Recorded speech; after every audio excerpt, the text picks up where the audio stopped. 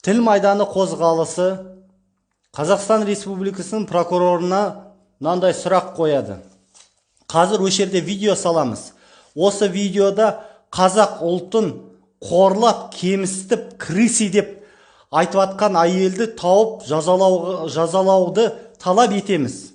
Өйткені орыс ұлтына қатысты айтса, арыз жазбай-ақ прокуратура өзі тауып алып жазалайды. Бірақ қазақ ұлтын осылай қашып кетті, крысалар деген әйел осы. Соны сіздер неге жазаламайсыздар? Обращаюсь к генеральному прокурору.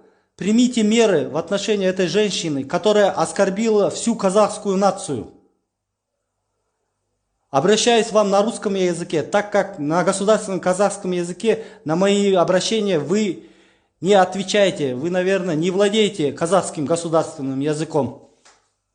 По поводу того, что там орали, говорите на казахском языке, на русском мы общаться больше не будем. Вот это, простите, жалко, что на видео не записали. На следующем собрании запишем обязательно. И уже не голословно, блядь, а будем вызывать полицию. И объясняться будут те, кто только решили на казахском языке разговаривать. Приехали сюда жить, в Казахстан, сбежали когда-то в свое время отсюда, как крысы, блин, с корабля. Те люди, которые там уралманами называются, что в военное время сбегали? А теперь приехали права сюда качать? Здесь на то уж пошло, все русскоязычные этот Казахстан поднимали в советское время.